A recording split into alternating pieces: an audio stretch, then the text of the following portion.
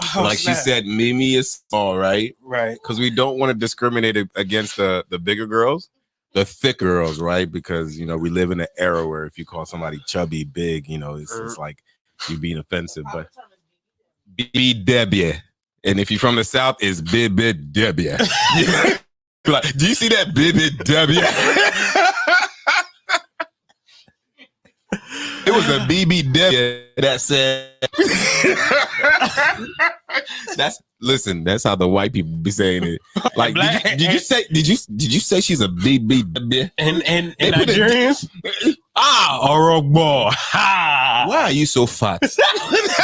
they don't know about Africans. I'm Nigerian. Nigerians are straight to the point. They look at you, they be like, I saw you like 6 months. Why are you so fat? What are you eating? You need to go on a diet. Where's your mom? I heard my dad. Where's your mother? I heard my MODA. Where's your mother? I've heard my dad ask somebody like, "Are you sick?" Like, it's because you don't look healthy. I'm like, what? What do you mean? What is wrong with you? What are you eating? What is your mother feeding you? You don't look healthy. Is everything okay? You know the crazy part is? Are you eating? While they're calling you all of this, especially the men, you be like, why is your belly like 8 months pregnant? Why do you have that big belly and you calling me out? But do you know the difference though? You know in Nigeria, when you have that big belly, that means you eating good. That means you got a whole bunch of beer and yeast in your stomach. Nah, but they want to convince you that you eating good. Okay. Sometimes some of these men go to the doctor, come back and tell me the doctor said life you is obese. You obese, nigga. I can imagine a Nigerian going to the doctor and his wife said, "Should I come with you?" No, don't come with me. Why are you coming with me? And then you go to the doctor says, "Well, Mr. Aking, you're fat, you're obese, you need to lose like 15 pounds." And then I'll just die there. And then you have blood pressure and you're pre-diabetic. And then they go home and then the wife says, "Aking, what did the doctor say?" My health is, everything's okay. With God, all things are possible. You know, he just said I need to be drinking more water and you need to stress me less. You know what? Those truthful people are old people. Brutally honest. Yeah. Okay, let me just say brutally honest. Because I was actually watching a video. This dude was like, his granddaughter was on Instagram or something. Like live? Yeah. And so she was like, "Hey, grandpa, say hi." And he was like, "Is that how I look?" She said, "Yeah." He said, "Oh, just end me now." He said, "End me." He says, "I'm ugly." Because he's that old? He said, "No, he said, I'm ugly." Wow. He said, "I'm ugly. Just end me now." You know what? And I feel like his granddaughter was probably egging it up. No. She was like, "No, you're a handsome man." Why did she keep recording then? She wanted views. You see how these millennials try to get you? They were like, "Oh, dad's dying. The camera's on dad. He over there having a seizure. Dad, come on. Call it 911. No, but she recorded. And she said, "Somebody help me. Help me." That's another thing that always it kills me. People that cry for help, they're recording. And they got the phone in their hand. Somebody call 911. They don't want to stop recording. I'm being raped. Don't say that word. Raped. Oh. Raped. Oh, okay. Keep it that Nigerian, not RAPE. Okay. They said call 911. I want to call 911. I've been shot. Meanwhile, they're recording the whole thing. I've seen like 2 videos of that.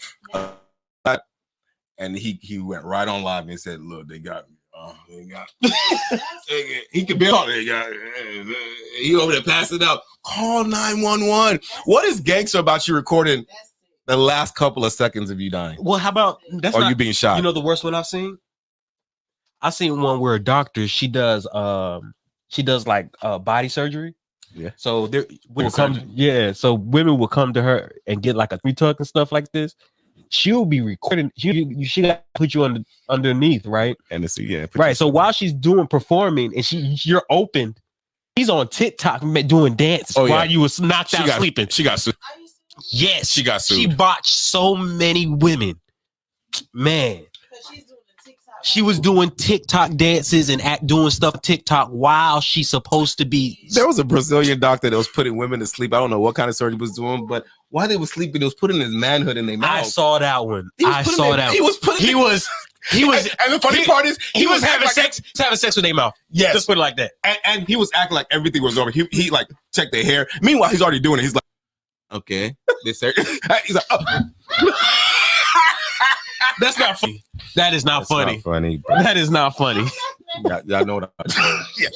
Like, and he got caught because thank God he got caught. Yeah, one of the nurses recorded. Because I'm laughing because that's really what he was doing. That's what he was typing on. He was stroking and he was acting like he was checking on her.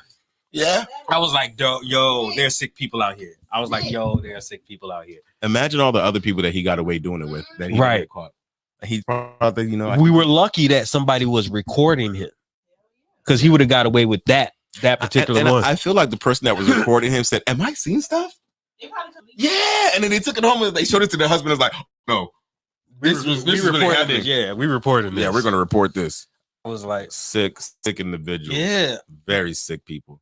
The TikTok lady too is sick. I feel like we live in a very, very I want to go viral world, but right? Like the guy that got shot and he wanted to record himself. People that get in trouble or being assaulted, physically assaulted, whatever the case may be, SA. And instead of you to go help the person, you're recording the person. Now, there's a difference because I've always asked myself this one question, right? If you saw somebody in trouble and there was a gun involved, what is your reaction? Bro, be very careful how you answer that question. Because so is it somebody random person? No, it's somebody you know. It's somebody I know? Yes. Who do I know? Why you gotta try? It depends. It depends. You see how you gotta narrow? He's trying to narrow it down to who he's gonna take the bullet for. And I'm afraid if I meet, he's gonna be like, I will see you in heaven, brother.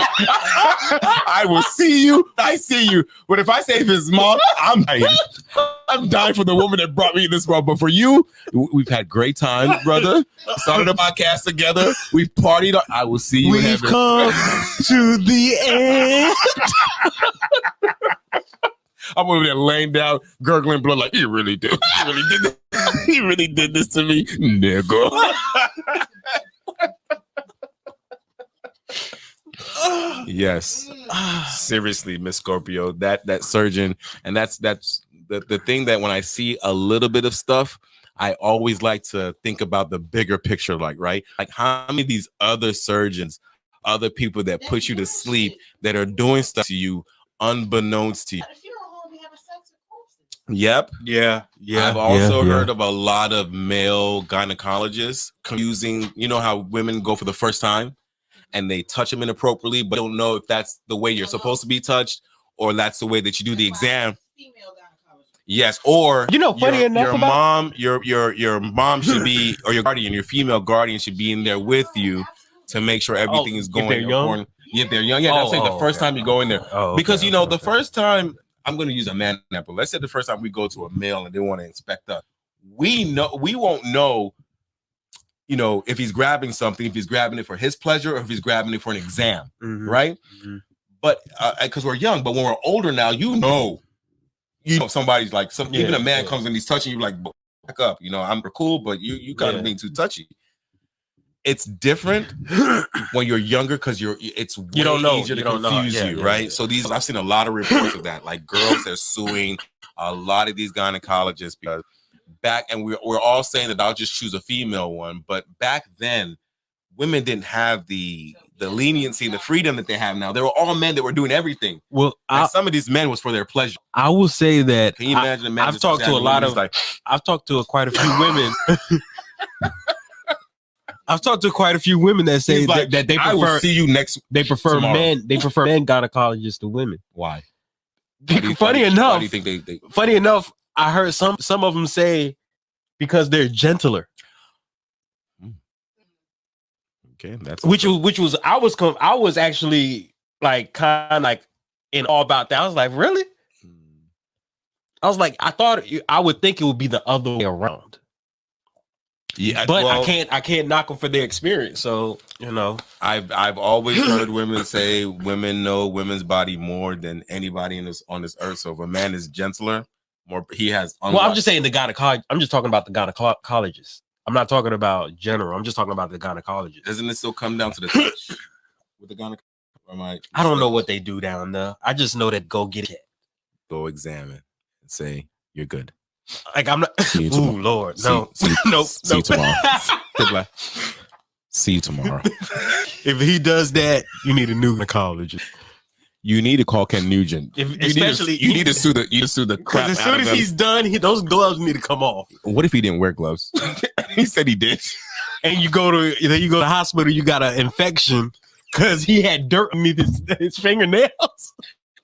Ladies and gentlemen, a Nigerian gynecologist is that praise the Lord. Okay, yeah, good. We will bill your insurance.